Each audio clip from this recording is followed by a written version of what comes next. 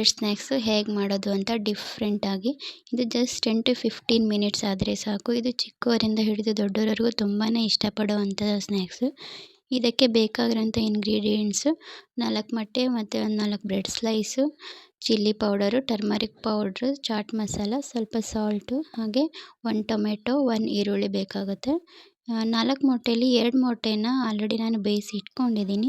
ಇನ್ನೆರಡು ಮೊಟ್ಟೆನ ಈ ಥರ ಒಡ್ಕೊಂಡ್ಬಿಟ್ಟು ನಾನು ಹೇಳಿದ್ನಲ್ಲ ಇವಾಗ, chilli powder, turmeric powder, chaat masala, ಸ್ವಲ್ಪ ಸಾಲ್ಟು. ನೀವು ಚಿಲ್ಲಿ ಪೌಡರು ಇನ್ನು ಸ್ವಲ್ಪ ಬೇಕಾಗಿದ್ದರೆ ಹಾಕ್ಕೋಬೋದು, ಏನು ಪರವಾಗಿಲ್ಲ, ಚೆನ್ನಾಗಿರುತ್ತೆ. ಹಾಗೆ ಇದಾದಮೇಲೆ ಸ್ಟಫ್ನ ರೆಡಿ ಮಾಡ್ಕೋಬೇಕು. ನಾನು ಏನು ಬೇಯಿಸಿ ಇಟ್ಕೊಂಡಿದ್ದೀನಲ್ವ ಬಾಯ್ಲ್ಡ್ ಎಗ್ನ, ಅದನ್ನು ಈ ಥರ ತುರ್ಕೋಬೇಕು ಮಣೀಲಿ. ಸ್ಟಫ್ ರೆಡಿ ಮಾಡ್ಕೋಬೇಕು. ಹಾಗೆ ಚಿಕ್ಕದಾಗಿ ಕಟ್ ಮಾಡಿರೋಂಥ ಆನಿಯನ್ನು, ಟೊಮೆಟೊ, ಹಾಗೆ ಕೊತ್ತಂಬರಿ, chilli powder, turmeric powder, chaat masala, ಒಂದಿಷ್ಟು ಸ್ವಲ್ಪನೇ ಉಪ್ಪು ಹಾಕಿ ಈ ಥರ ಮಿಕ್ಸ್ ಮಾಡ್ಕೋಬೇಕು. ಇದಕ್ಕೆ ಸ್ವಲ್ಪ ಆಯಿಲ್ ಹಾಕಿದ್ರೂ ಚೆನ್ನಾಗಿರುತ್ತೆ.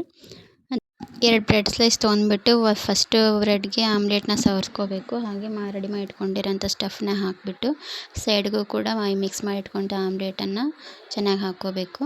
ಅದಾದಮೇಲೆ ಇನ್ನೊಂದು ಬ್ರೆಡ್ ಸ್ಲೈಸ್ಗೂ ಕೂಡ ಆಮ್ಲೆಟ್ನ ಚೆನ್ನಾಗಿ ಸವರ್ಸ್ಕೋಬೇಕು. ಅದು ಕೂಡ ಸೈಡಿಗೆಲ್ಲ ಆಮ್ಲೆಟ್ ಹಾಕ್ಕೋಬೇಕು. ಹಾಗೆ ಇನ್ನೊಂದು ಬ್ರೆಡ್ಗೂ ಕೂಡ ಈ ಥರನೇ ಹಾಕ್ಕೋಬೇಕು, ಮಿಕ್ಸ್ ಮಾಡಿ ಇಟ್ಕೊಂಡಿರೋಂಥ. ಸೊ ಇದನ್ನು ಆ ಬ್ರೆಡ್ ಮೇಲೆ ಹಾಕಬೇಕು.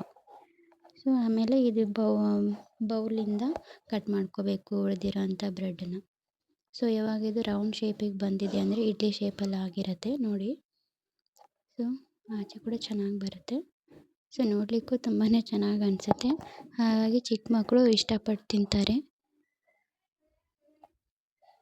ಸೊ ಇದನ್ನು ನಾವೇನು ಮಿಕ್ಸ್ ಮಾಡಿ ಇಟ್ಕೊಂಡಿದ್ದೀವಲ್ಲ ಆಮ್ಲೆಟ್, ಸೊ ಇದರಲ್ಲಿ ಡಿಪ್ ಮಾಡ್ಕೋಬೇಕು. ಫುಲ್ ಡಿಪ್ ಮಾಡಿ ಇಟ್ಕೊಂಡು ತವೆನ ಲೋ ಫ್ಲೇಮಲ್ಲೇ ಇಟ್ಕೊಂಡು ತವೆಗೆ ಫಸ್ಟು ಆಯಿಲ್ ಹಾಕಿ ಇದನ್ನು ಬೇಯಿಸ್ಕೋಬೇಕು. 2 ಸೈಡೂ ತುಂಬ ಚೆನ್ನಾಗಿ ಬೇಯಿಸ್ಕೋಬೇಕು. ಯಾಕಂದರೆ ಆನಿಯನ್ನು ಮತ್ತು ಟೊಮೆಟೊ ಬೇಯಬೇಕಲ್ವ, ಅದಕ್ಕೆ ಲೋ ಫ್ಲೇಮಲ್ಲಿ ಇಟ್ಕೊಂಡು ಬೇಯಿಸ್ಕೋಬೇಕು ಇದನ್ನು. ಇಲ್ಲಾಂದರೆ ಸೀದೋಗ್ಬಿಡುತ್ತೆ. ಕೊನೆಯವರೆಗೂ ಲೋ ಫ್ಲೇಮಲ್ಲಿಟ್ಟು 2 ಕಡೆಯೂ ಚೆನ್ನಾಗಿ ಬೇಯಿಸ್ಕೋಬೇಕು. ಇದನ್ನು ಸಾಸ್ ಜೊತೆಗಾದರೂ ತಿನ್ಬೋದು, ಹಾಗೆ ಕೂಡ ತಿನ್ಬೋದು. ತುಂಬಾ ಚೆನ್ನಾಗಿರುತ್ತೆ ಟೇಸ್ಟು. ನೀವು ಕೂಡ ಟ್ರೈ ಮಾಡಿ ನೋಡಿ. ಈ ವಿಡಿಯೋ ನಿಮಗೆ ಇಷ್ಟ ಆದರೆ ಲೈಕ್ ಮಾಡಿ, ಶೇರ್ ಮಾಡಿ, ಹಾಗೆ ನನ್ನ ಚಾನಲ್ಗೆ ಸಬ್ಸ್ಕ್ರೈಬ್ ಮಾಡಿ. ಧನ್ಯವಾದಗಳು.